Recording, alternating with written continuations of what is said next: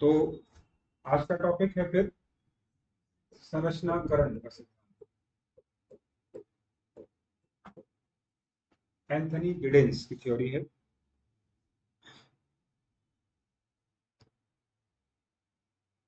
बहुत सिंपल बात करना है क्या, इस सिद्धांत के माध्यम से गिडेंस क्या बताना चाहता है। तो एंथनी गिडेंस इस सिद्धांत के माध्यम से बताना चाहते हैं कि जो समाजशास्त्र में निर्धारणवादी विचार है वो ठीक नहीं है। गिडेंस किसका विरोध कर रहे हैं? निर्धारणवाद का। कौन कौन से निर्धारणवाद का आलोचना है या की आलोचना है? तो उन्होंने कहा कि जो मूल विचारक थे जिनको संरचनावादी कहा गया, उन्होंने क्या कहा, एक स्टेटमेंट से आपने कल भी लिखा था कि समाज सर्वोपरि है, दुर्खीम जैसे लोग, समाज ही देवता है, सोसाइटी इज गॉड।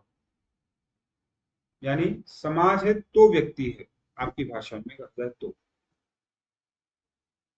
व्यक्ति का अस्तित्व किस पर निर्भर है? समाज पर। जैसे किसी शरीर का कोई अंग किस पर निर्भर करता है? शरीर पर निर्भर करता है ना।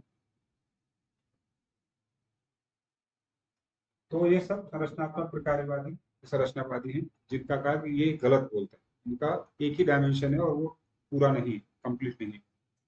हम जानते हैं इनका विरोध किन लोगों ने किया। कल से हम तैयार कर रहे हैं इनको। अंतःक्रियावादी कर रहे हैं, प्रघटना शास्त्री कर रहे हैं।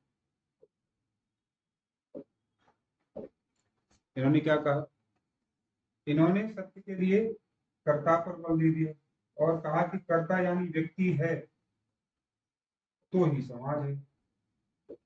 व्यक्ति ही नहीं होगा तो समाज कहाँ से आएगा। ये भी अति अतिवादी या निर्धारणवादी हो गए कि सत्य ऐसे ही बनता है। क्लियर है? तो संरचनाकरण क्या है? तो कहते हैं कि संरचना स्थिर नहीं होती, जो इन्होंने माना। ठीक है, संरचना में बदलाव होते रहते हैं, संरचना अपने आप को बदलती रहती है, संरचना अपने आप को बदलती रहती है। और कैसे बदलती है? वही डे टू डे की क्रियाओं, प्रतिक्रियाओं, अंतः क्रियाओं के माध्यम। तो कुल मिलाकर एंथनी गिडेंस मध्यम मार्ग पर आ गए। और वैसे तो ये बीच का रास्ता किसी भी विषय में अच्छा नहीं माना जाता, लेकिन समाज शास्त्र में हमेशा रास्ता बीच का ही चलता है। समाज के संदर्भ, कोई भी समाज हम पहले से देखते हैं ना तो पूर्णतः सहयोग करता है ना पूर्णतः संघर्ष करता है, मध्यम मार्ग रहता है, कभी संघर्ष तो कभी सहयोग। ठीक है, स्त्री और पुरुष दोनों अतिवादी हैं अपने स्तर पर, लेकिन संतान क्या है? मध्यम रास्ता है। ठीक, एक तरफ समाज में चोर डकैत दुष्ट भी हैं, तो साधु सन्यासी और भले आत्मा भी, संतात्मा भी। तो समाज दो पड़ों के बीच में झूलता रहता है, यही है समाज। कोई भी अपनी जगह स्थिर नहीं, कभी कोई ऊपर तो कभी कोई ऊपर, दोनों मिलकर ही सत्य का निर्माण करते हैं। ये है संरचनाकरण का एंथनी गिडेंस। इमीडिएट आंसर आपको उस इतना कर रखना है। आ गया समझ में? ठीक है, तो लिखना चाहे तो और लिख लें, बाकी काम वैसे हो चुका है। स्पष्ट है कि गिडेंस संरचना को बनी बनाई नहीं मानता, बनी बनाई नहीं मानता या ना मानकर लगातार चलने वाली प्रक्रिया। क्या शब्द आ गया इसमें?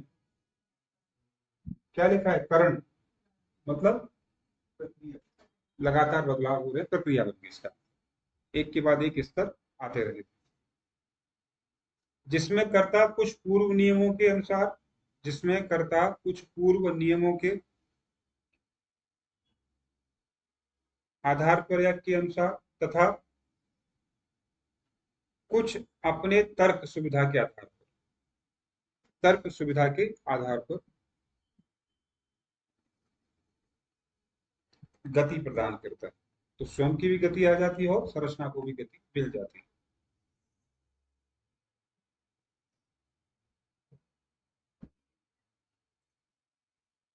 निष्कर्षतः उन्होंने कहा, निष्कर्षतः कंक्लूड करके कहते हैं क्या कि संरचनाकरण से आशय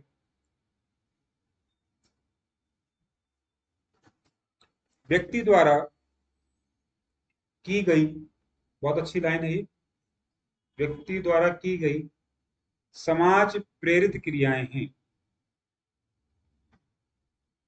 योगदान किसका है? व्यक्ति का। मोटिवेशन कौन दे रहा है? दोनों का योगदान।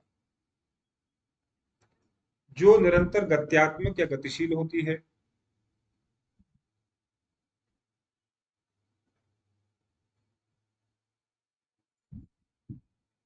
Next line. गिडेंस ने इस सिद्धांत को कर्ता अर्थात एजेंट,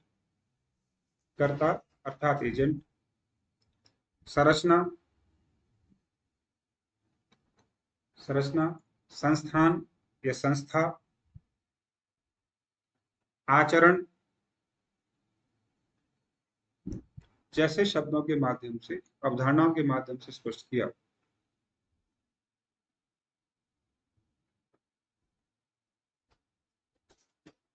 नेक्स्ट लाइन। गिडेंस का संस्था से आशय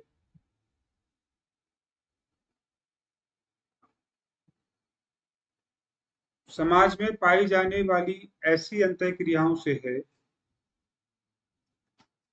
समाज में पाई जाने वाली ऐसी अंतःक्रियाओं से है या निम्नलिखित अंतःक्रियाओं से है, जैसे, ये क्वेश्चन अच्छे से लिखना। नंबर 1, प्रतीक, भाषा और संचार। प्रतीक, भाषा और संचार। नंबर 2, राजनीति। नंबर 3, आर्थिक। और नंबर 4, कानून या कानूनी। नोट, ये सभी दीर्घ काल में निर्मित होती हैं, यानी एकाएक नहीं बन सकती।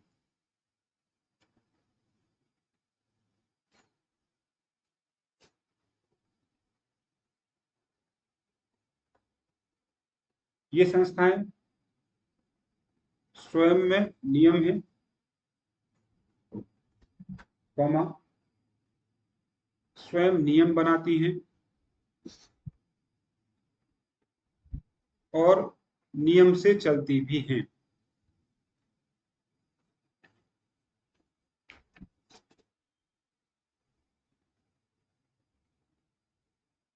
ठीक है।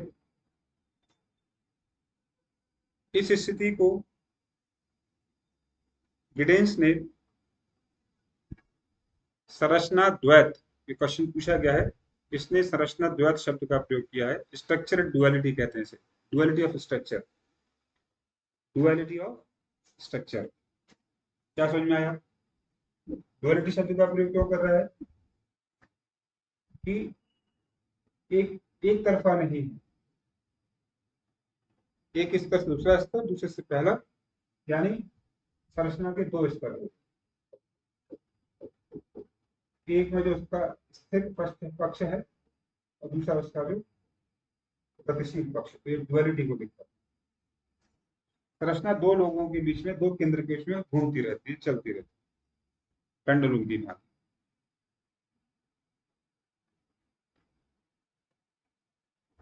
पेंडुलम क्या दिखा रहा है यहाँ पर? गतिशीलता को दिखा रहा है, निरंतरता को।